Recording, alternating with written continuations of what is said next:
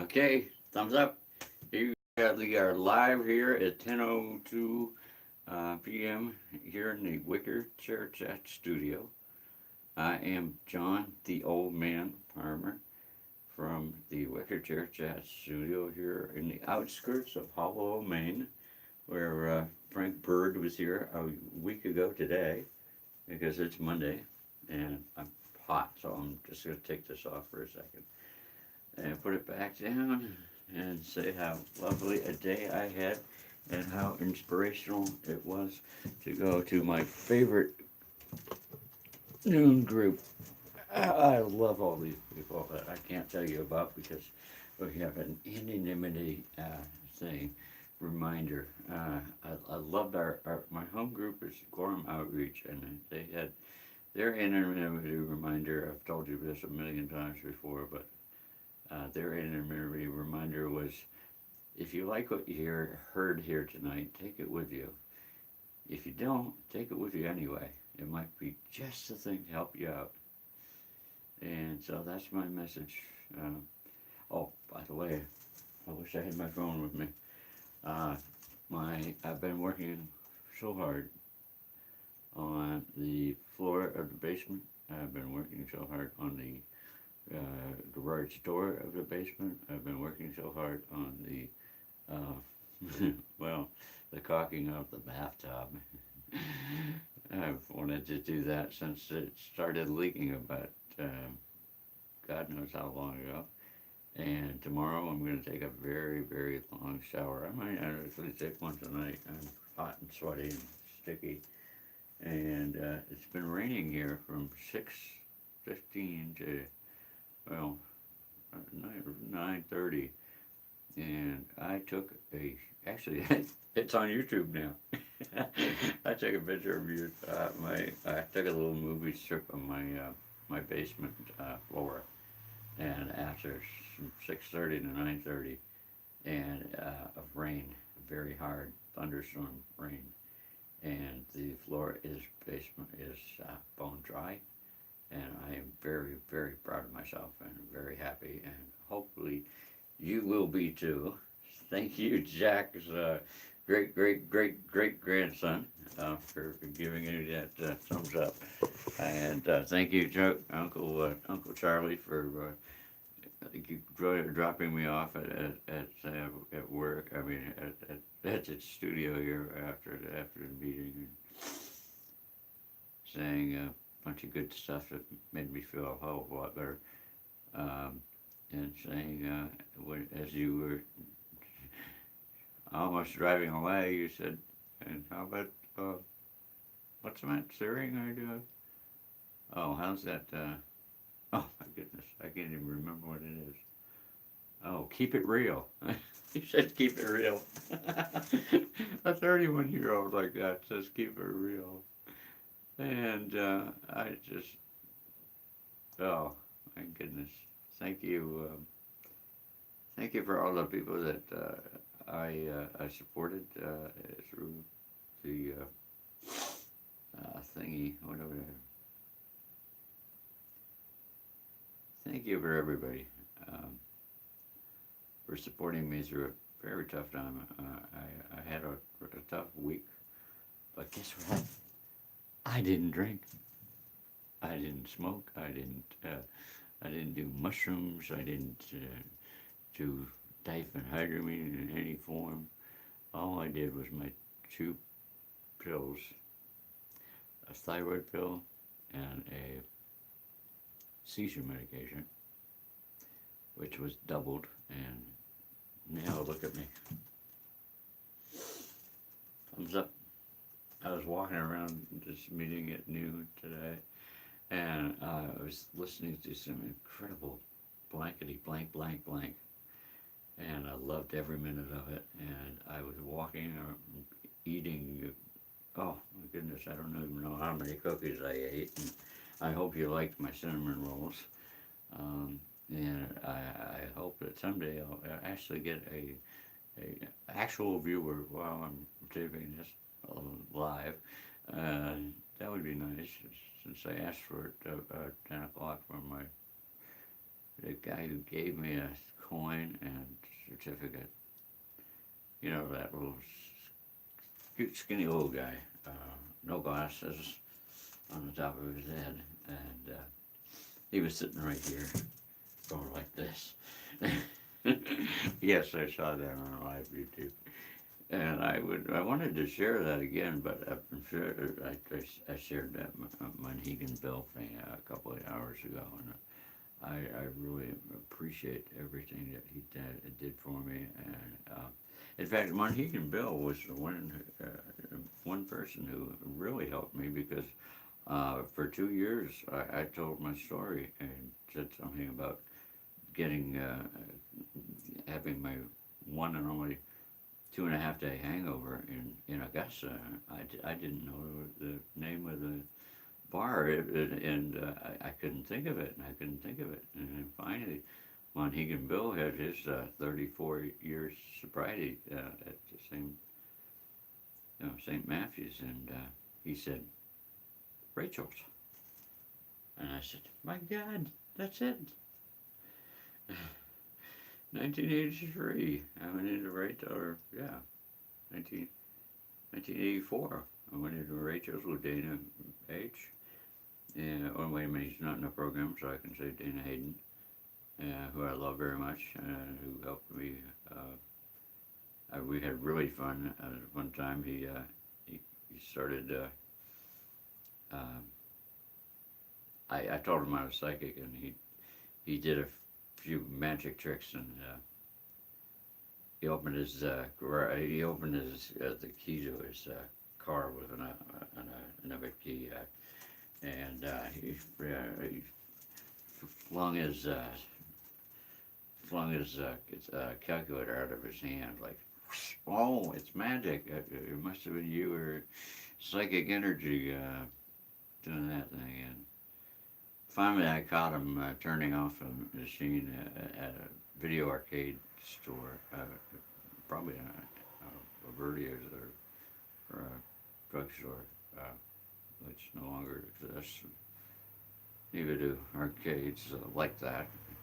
In fact, I think I still have some of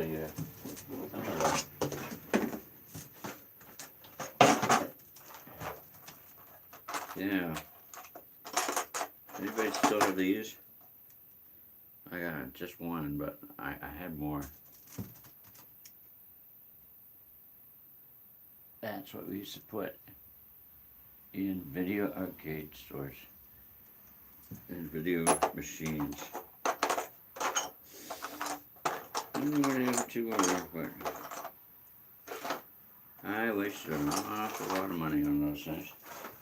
Now I've got a chance of wasting more downstairs in the man cave.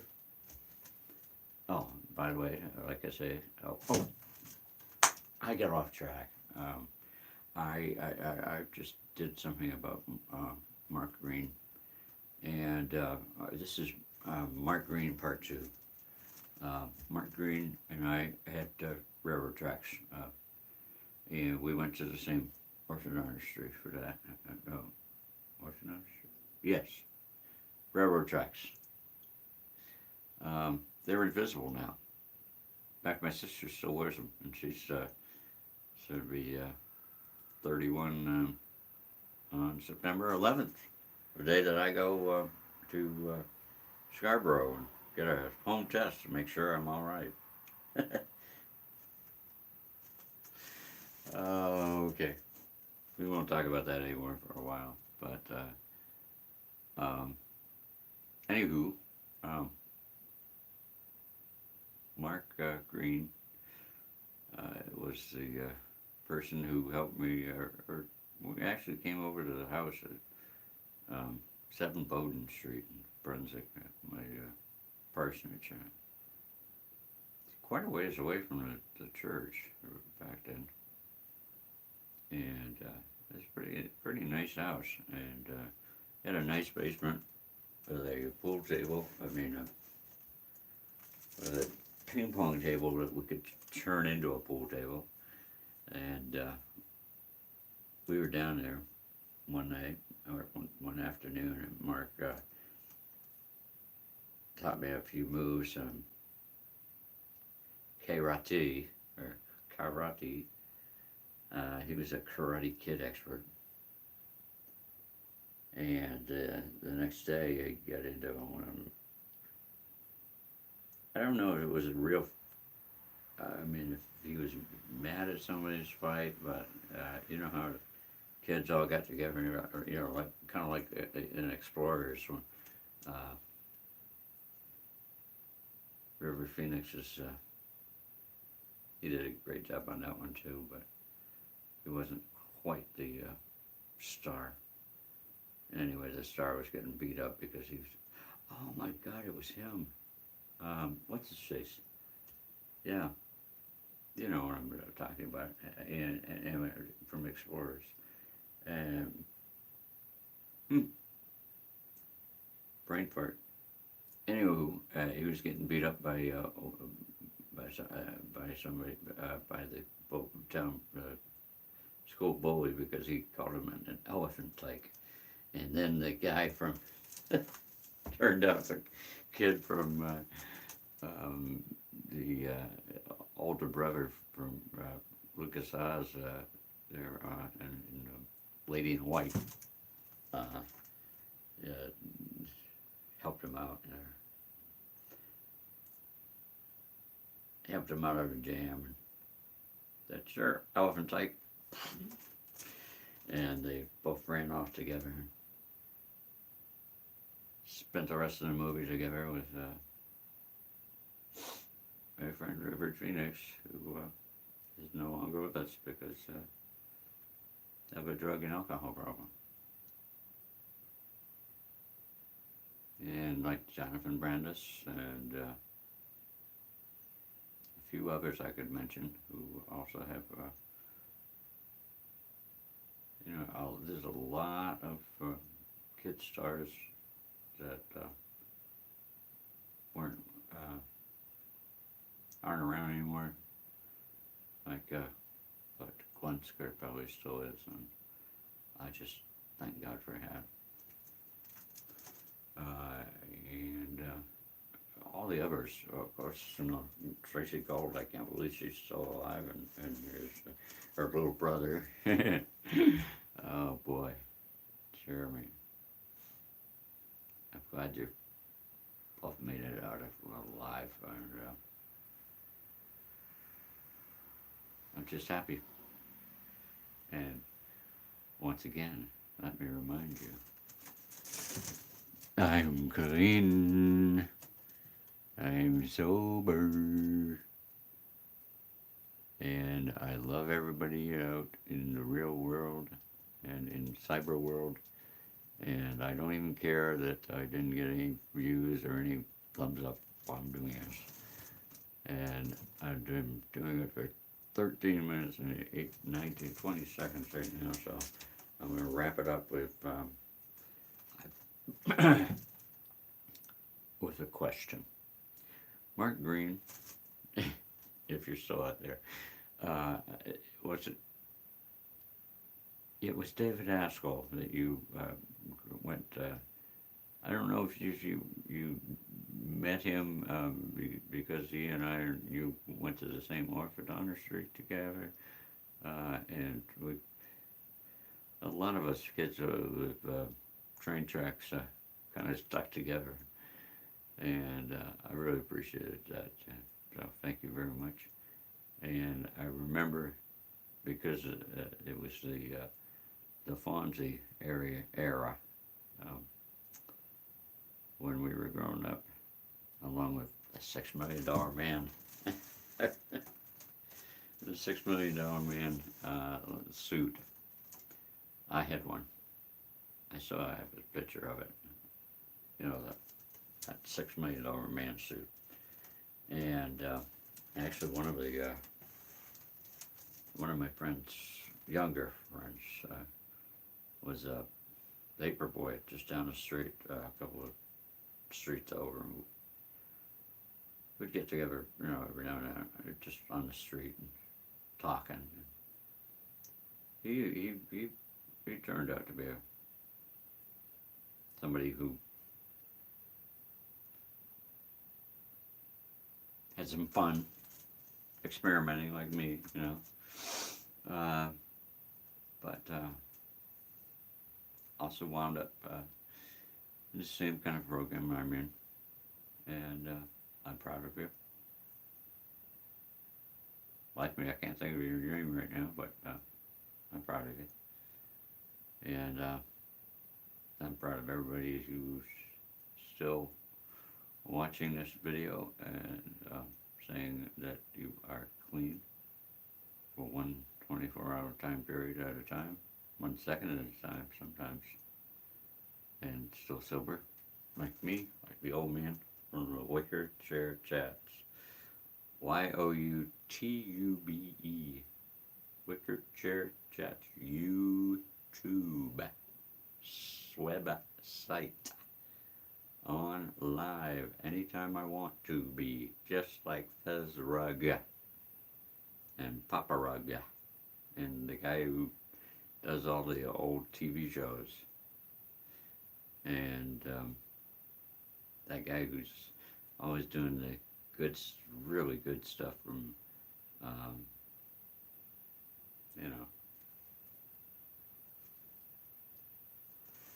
the future and time travelers and men in black and all those things that supposedly don't exist. I won't tell you if I believe in that, but because I'm undecided yet. I haven't decided yet, and so I'm going to leave it up with you with this last word of wisdom. Keep it real. And if you don't mind, I'd like to hear it one time or another the next time somebody sees me in real life and not just video life. Love y'all, and I'm going to turn this off and go back to the living room and finish watching the Hulu episode of the MasterChef Junior, where the first episode of the first season, where Alexander winds up winning, but I'm only up to the restaurant service thing. I've got a couple of minutes left on that, but so Hulu's excellent, and I'll play up the.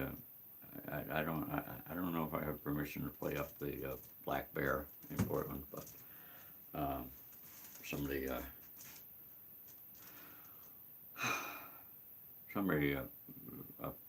real close, the owner or something. I can't remember. The restaurant or the no, it's the other thing. Landscaping. Sorry. I'll play you up if you want me to on live YouTube. So Black Bear Landscaping. What's his face? If you want me to play you up on live YouTube, contact me and I'll do so. But if you don't, tell me I'm not interested in that. Like other people who aren't interested in it.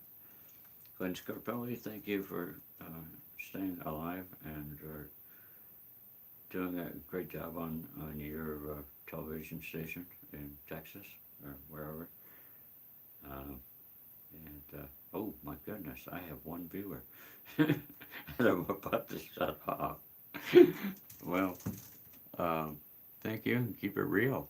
And I'll put this out on live YouTube right now.